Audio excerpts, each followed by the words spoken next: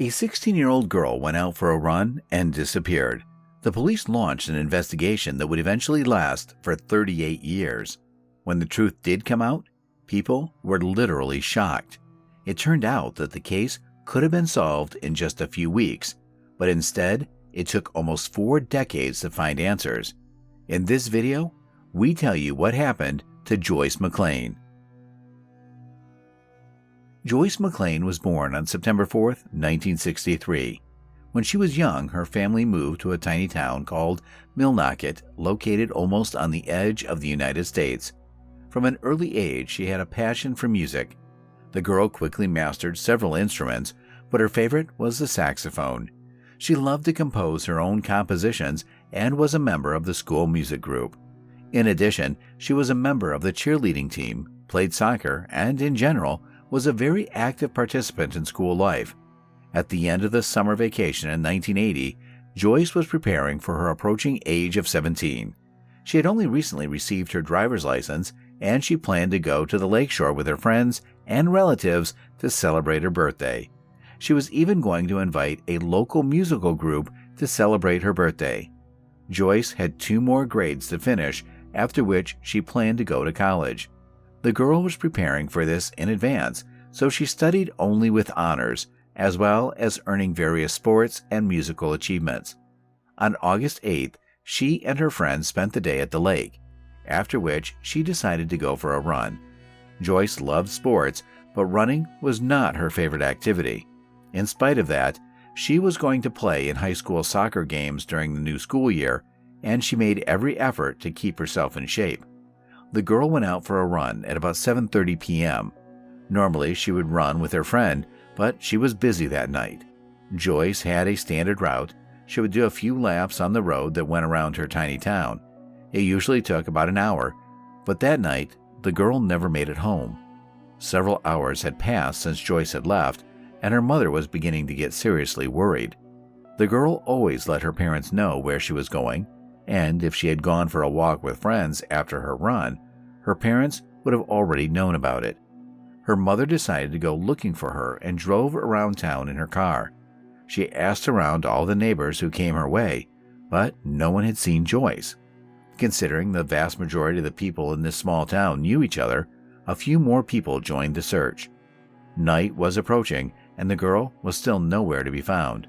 Then the concerned parents decided to call the police. Local officers immediately joined the search, and in the hours that followed, more and more citizens took to the streets. They combed the route Joyce was running, as well as the area behind the school. Unfortunately, there was no sign of Joyce. With each passing hour, panic increased, and there was little hope of finding Joyce alive and unharmed. It was the middle of the night. The police had completely ruled out the possibility she might have gone out with some friends. The problem was that everyone she knew was at home and later joined the search. Joyce's parents simply couldn't imagine their daughter deciding to go out alone until very late at night. They were unable to locate her, and the search dragged on for 2 days. During that time, police officers, along with residents, continued to explore the area until they finally made the heartbreaking discovery on August 10th. Joyce's body was found just 60 yards from the school playgrounds, not far from the trees. The girl was lying on the ground. Virtually all of her clothes were missing, and her hands were tied behind her back with a piece of blue cloth. The police immediately realized that the victim had been hit hard in the head, but a more detailed analysis was to be done by a medical expert. After examining the body, they concluded that the girl had received multiple blows to the head and that her death occurred on the evening of the same day she disappeared. Despite the almost total lack of clothing, the unknown perpetrator did not abuse her. Unfortunately, no other information could be obtained. There were no foreign DNA samples on the body, and even in the early 1980s, the technology was only in its infancy.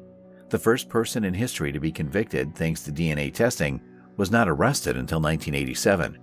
So the police were forced with a complex investigation with a minimal set of clues. Shortly after the discovery of the body, officers discovered Joyce's clothes, but that did not bring them any closer to a solution either. News of the brutal murder quickly spread through the town, plunging it into a very grim state.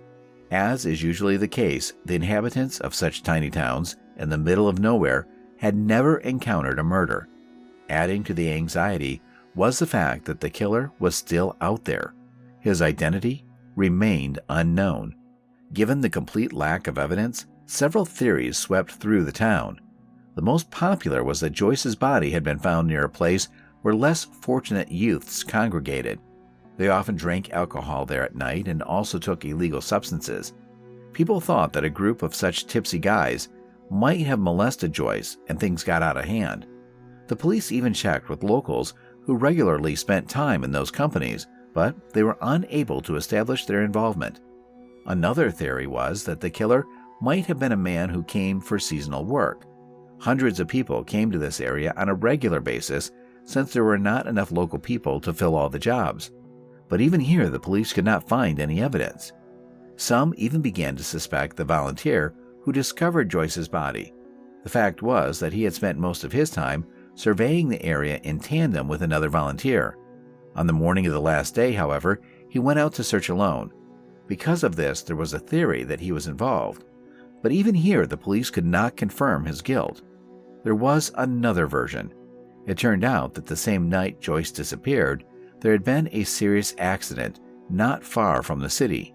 A 19-year-old local resident had snuck into a garage and stolen a gas tanker before crashing into another vehicle. He sustained serious head injuries and slipped into a coma for 9 days, making it impossible for the police to question him. And when he woke up, he pleaded not guilty. The investigators didn't know what to do next. They had no evidence or witnesses. As a result, the case went into a long drawer for years, during which time the police were unable to get any closer to a clue. 8 years later, Joyce's relatives created a petition calling for coverage of their daughter's murder on a national unsolved crime show. This would get the word out to viewers across America and draw the attention of potential witnesses. There is always the possibility that someone heard or saw something, but for some reason did not report it to the police. The petition gathered 6,000 signatures, and the authors of the program agreed to do their own story. It was broadcasted in 1989, and the police did indeed receive a lot of appeals, but all of the collected information turned out to be either erroneous or outright false. Unfortunately, this happens in almost every well-known case. People either make mistakes or simply lie and fabricate non-existent facts, forcing the police to waste time and resources on checks. The case stalled for several more years, but all the while Joyce's mother continued to fight for the truth. In the mid-2000s, she decided that new technology and techniques in forensics could help uncover evidence that had been missed in the 1980s. To do so, experts needed to exhume the victim's body, but there were challenges. Initially, authorities denied the mother's request for an exhumation. They believed that in almost 3 decades, any possible evidence simply had not been preserved, but the woman continued to insist. And in 2007, she managed to move the issue from the dead point. The medical expert Peter Cummings of Massachusetts contributed greatly to this effort. He was born in East Millnocket and was only 5 years old at the time of Joyce's murder. Despite such a young age, he remembered well the horror into which his town had been plunged. Peter admitted that it was these events that guided him into the field of forensics and medicine. When he learned that the authorities had rejected Joyce's mother's petition for an exhumation, he contacted her and asked her not to abandon the idea. Peter believed that the remains might have been preserved enough to try to extract evidence from them. He also contacted one of the leading forensic experts in the United States, and he took an interest in the case. Joyce's mother decided to take the initiative and organize an independent examination.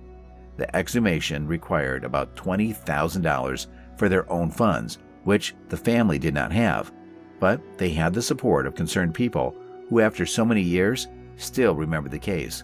With their help, the family quickly raised the necessary amount, and the exhumation took place in 2008.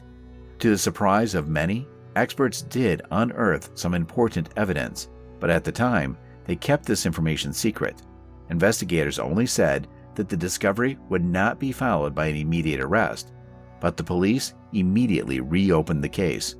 A few months later, it was reported that unidentified people had desecrated Joyce's grave. The police said they did not know if it had anything to do with the murder investigation. The next major twist came a year later, in 2009, and that moment may have been pivotal, as law enforcement announced a prime suspect for the first time in 29 years. Let's take it back to 1980. As we recall, a few hours after Joyce's murder, a local man stole a gasoline truck and got into a serious accident, causing him to fall into a coma. That man was 19-year-old Scott Fournier, and in 2009, he was put on the bench for possession of illegal material with minors. It seemed like the two cases were unrelated, except after the sentencing, the judge suddenly announced Scott as a person of interest in the Joyce McLain murder case, urging the man to confess to what he had done. This news greatly surprised Joyce's relatives. They were well acquainted with Scott and knew that the police were considering him as a suspect because of that accident.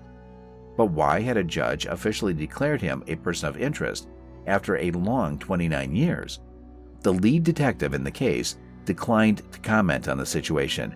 He only said that they had made significant progress since the exhumation and that the investigation was well underway. Scott was sentenced to 6.5 years in prison for possession of banned material.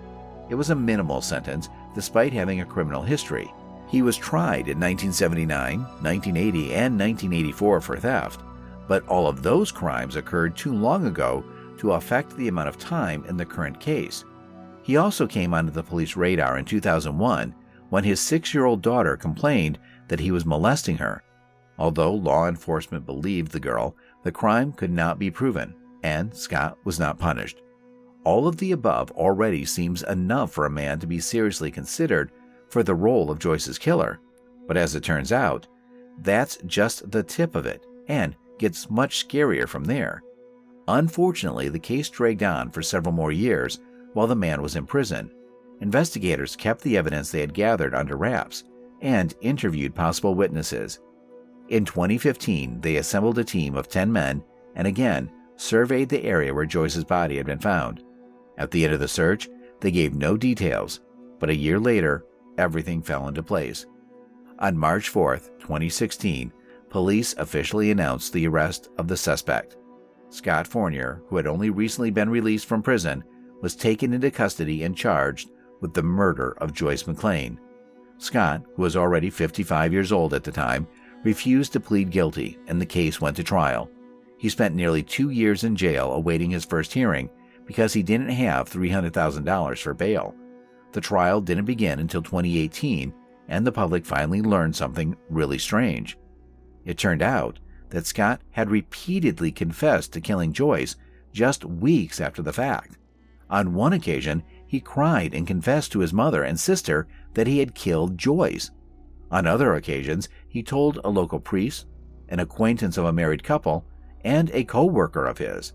Some of these confessions did not reach the police until years later, but some became known almost immediately.